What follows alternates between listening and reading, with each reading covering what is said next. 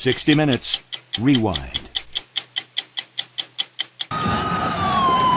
No leader in the Middle East needs peace now more than this man, Anwar al-Sadat of Egypt. Without peace, Sadat cannot solve his monumental economic problems. And if he cannot solve them, his days as Egypt's leader could be numbered. 60 Minutes takes a look at Sadat's troubled Egypt.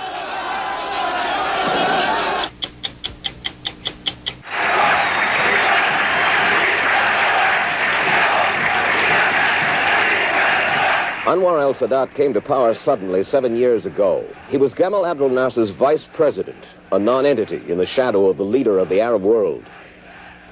And then when Nasser died, Sadat, like Harry Truman when he followed Franklin Roosevelt, Sadat felt the skies had fallen on him.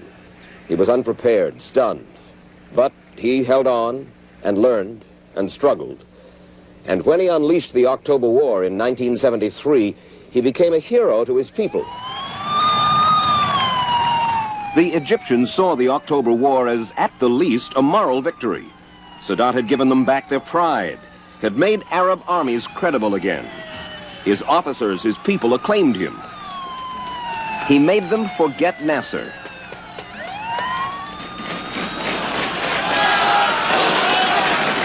Sadat is a hero no longer because the Egyptian economy is a shambles. These food price riots in Cairo last January were aimed at the president. 80 were killed, 800 injured, more than 1,000 sent to prison. But Sadat still likes to insist his popularity remains intact. I'm proud because I have the full support of the man of the street in Egypt here. I'm proud of this. Whenever I feel I don't have it, I shall not stay in my chair here at all. I'm not a politician. At all, I'm not a politician. You know what they say about you? They say, you are a politician, but you're no economist. You're a first-rate foreign minister, but a bad chancellor of the exchequer. Well, I'm not supposed to know about economics like the experts know. People who are in business here in Cairo talk about failing telephones, not enough transportation, not enough housing, not enough electric power. Yes, I have great difficulties in services, as you see, telephone systems, water system, communication, drainage. I have lots of problems. What I'm telling you is this. We are really suffering from a very acute economic problem. This is a fact. At the root of it is overpopulation. Almost 40 million people now, an increase of 10 million in the last 10 years. And a quarter of them all live in Greater Cairo. Huge numbers of Fallaheen have left their villages to come here. In some parts of this run-down, desperately overcrowded capital, 100,000 persons per square mile. The chaos in these streets speaks vividly to the economic chaos in the country.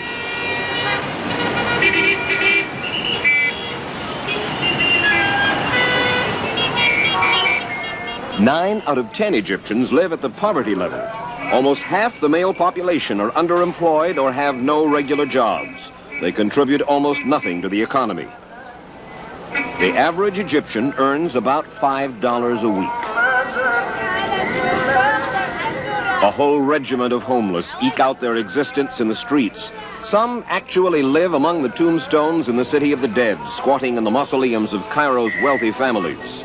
No electricity, no sewage, no running water.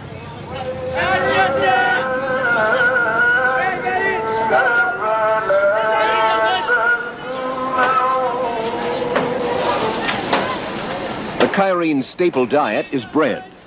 These loaves cost 1 US penny each.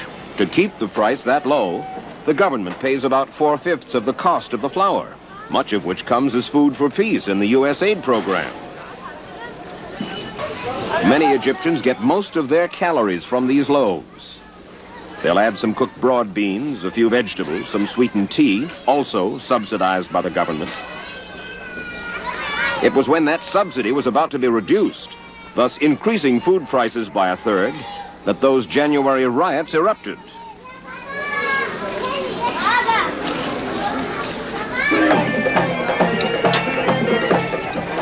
There is money in Cairo, lots of it, but it belongs to very few. The hotels are jammed with them. Arab businessmen on vacation from the Persian Gulf, salesmen from West Germany, brokers from Beirut, tourists. Hotel terraces glitter with conspicuous consumption that the average Egyptian will not share in his lifetime. Egypt needs hard currency, foreign exchange, desperately. And tourism is a source of fast cash in this land of postcards and memories, pyramids and camels. No. How do you focus? Two together, come on. Come on, yeah. The hotel business is one that's booming. There are not enough rooms to go round, even for the Western businessmen, not to mention tourists.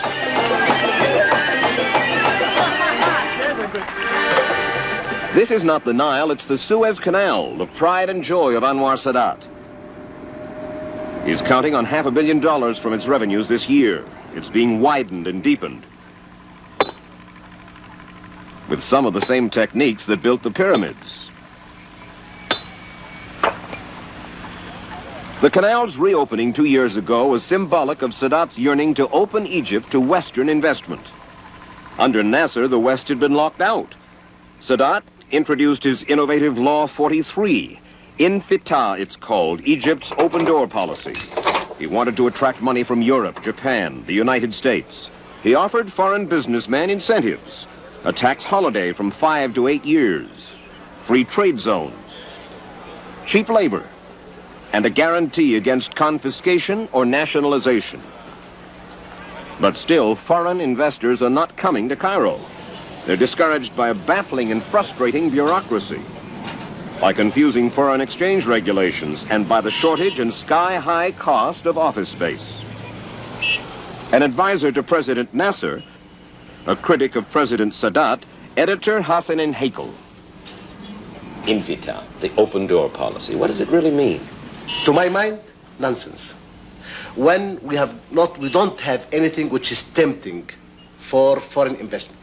Foreign investment would go to one of the countries of the third world only for tempting offers. That means practically raw materials.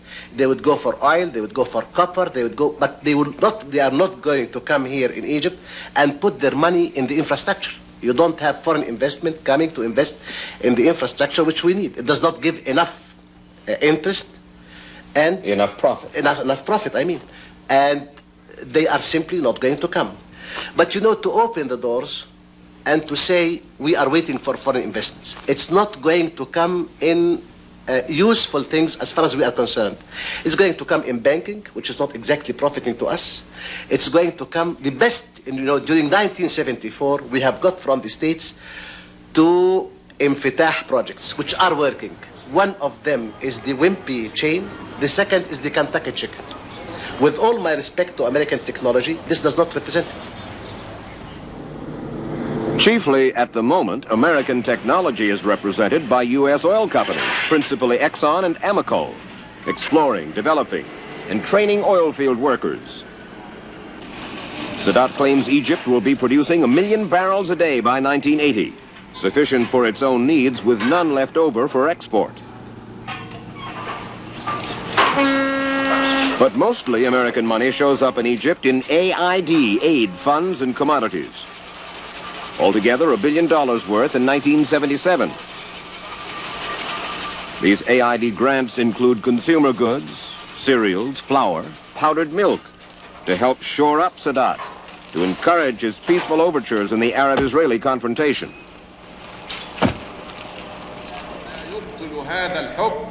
But what Sadat needs most is jobs for his people, and among those calling loudest for them are the university students. Egypt has more educated people than any other underdeveloped country in the world. Today, 400,000 students are enrolled in 10 universities. And by law, the government has to guarantee every college graduate a job. Adel Sadek studies economics. Is there enough work for all these college graduates? No, there isn't, because what happens is that you employ people whether you really need them or you don't, but they are employed for the sake of employment. So what do? Well, they push papers, they read newspapers, they chat a little bit, and then in the end they go home. take their salary, and that's it.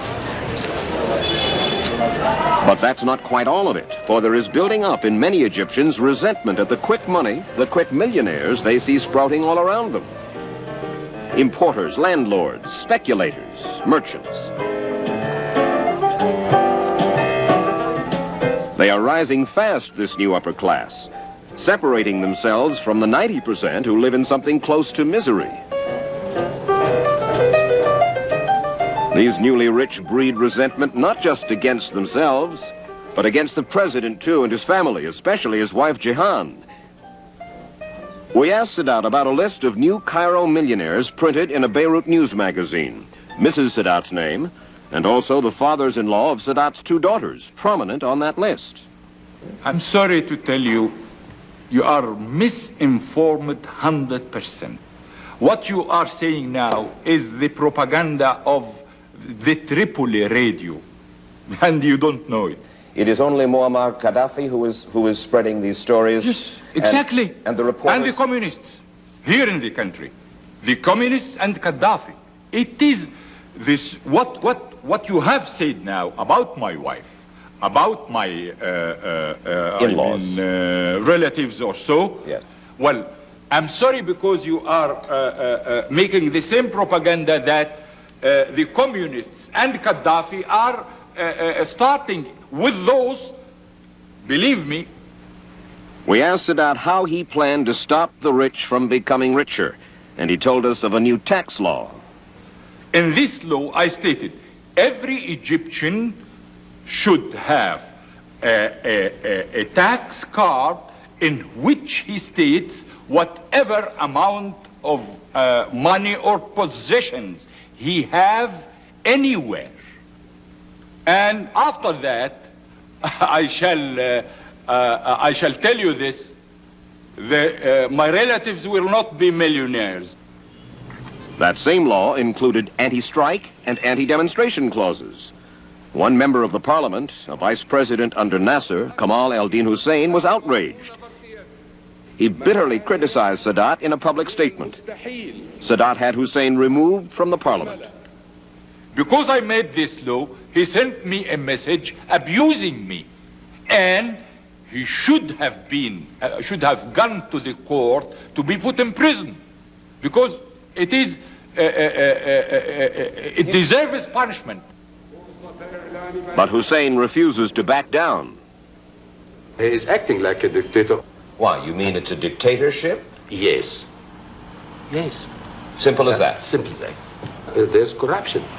Yes, and the government had said so, and the parliament too. And they have gained their profits from illegal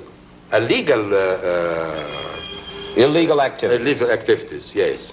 Is it possible to become a very rich man here in Egypt today? Yes, it is possible if you cheat. And it is impossible if you don't cheat. Do you expect there will be a popular explosion here? They are boiling from inside. They are afraid to do anything now. But who knows? If this policy remains, there will be explosions. It is to forestall an explosion from inside his country or from outside that Sadat labors so mightily these days for peace. He understands the impatience of his fellow Egyptians, their envy of the oil wealth of their Arab brothers. He knows his countrymen look to him to bring them better times. So he courts the Americans because he believes the Americans can pressure Israel to make peace. The peace he needs to give his country's economy a chance to flourish. The peace he may just need, in fact, to keep his job.